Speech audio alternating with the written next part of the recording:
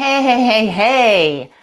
What if you have the power to make your own rules? I'm Gina Paris. You might be wondering, why the heck are you wearing a prom dress today at work? Because today, my friend Jackie Dorman, I don't know how she even brought it up, but she was making the point that in everybody's work rules for dress codes at work, it usually includes, must wear shoes, no formal wear. And she's like, who's going to wear a prom dress? Who's going to wear a prom dress to work? And I'm thinking, you know what?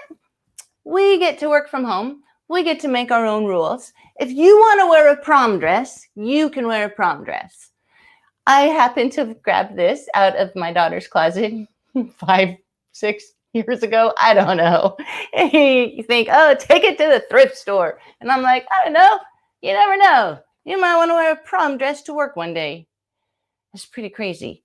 But anyway, if you've ever wanted to just break the rules, tell me a fashion rule you've wanted to break, or what you would wear to work if you had your druthers besides pajamas. So this made me think that it's time sometimes to lighten up.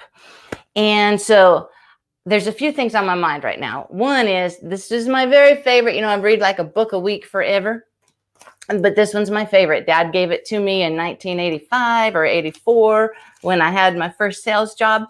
And this is Mandino. And he says in the scroll mark 7, I will laugh at the world. No living creature can laugh except man.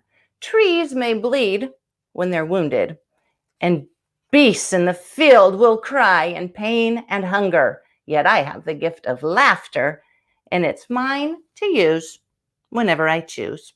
Henceforth, I will cultivate the habit of laughter. And most of all, I will laugh at myself, for man is most comical when he takes himself too seriously. Never will I fall into that trap of the mind. So, I love Og. His book is my all-time favorite now, right behind my dear friend Bob Berg's book, The Go-Giver.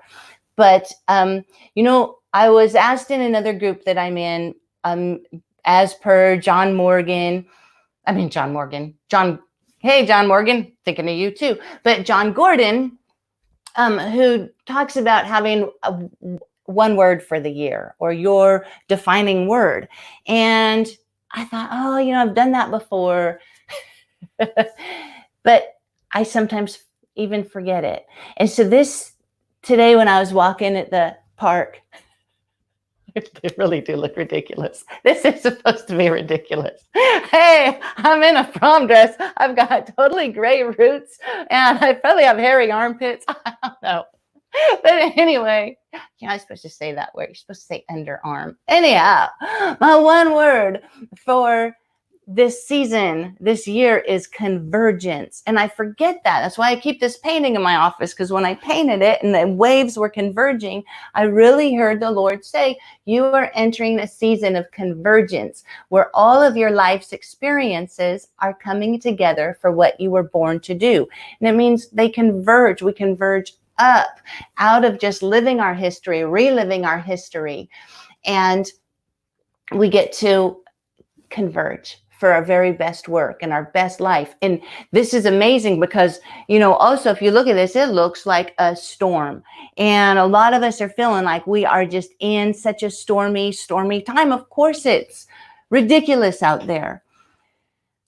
And I've found myself sometimes feeling like I have fallen off of a cruise ship, and the cruise is continuing, and I'm like, everyone's making progress but me. Everyone's, I don't know how we get this everyone thing, but anyhow, it helps me to remember we're not just out there flailing around. And if you were, what is the first thing you need to remember is to roll onto your back. So if you feel like you're drowning when you're in swimming lessons as a child, the first thing they teach you, roll onto your back, relax, stop panicking.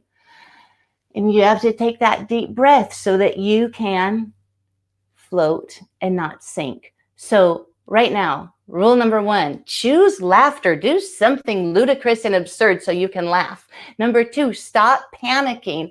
Number 3, choose your word that empowers you. For me, when I feel like everything's falling apart right now, I'm going to remember it. Everything's coming together. And in my mind, the way to that is to simplify, simplify, simplify. And that means either consolidate, put things together, turn off. I can't listen to a bunch of gurus and teachers. I have to listen to the Holy Spirit and let him tell me what it means to put everything together, what needs to go by the wayside, what is from a former season that no longer fits.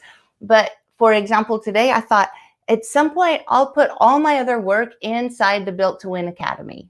And that way I can have, hey, James, I'm really embarrassed. My brother from Kenya. I don't really dress like this for the office. But hey, we want to decide what is no longer relevant.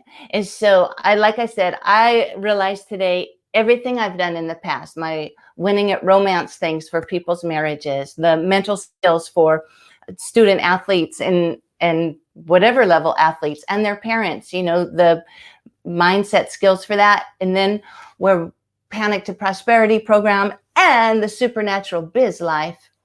They're all going to fall under the Built to Win Academy because that's all stuff I want to learn. We can do one at a time. But today, I just encourage you, focus on your one word. How do you simplify? And yeah, Mary, simplify, simplify, simplify. For my husband, it's absolutely just purging everything, get rid of everything. Maybe sell the house right next month while the market's high and see what's, I don't want to do that, but maybe we do. I don't know. Simplify, simplify. So I want you to tell me something ludicrous, I don't know, that makes you laugh. I want you to tell me what's your word that keeps you focused. And I want you to believe that everything you've done is coming together for this season and for what's next. Does that make sense? Would you like it to make sense? I'm going to hang up so that this will be short.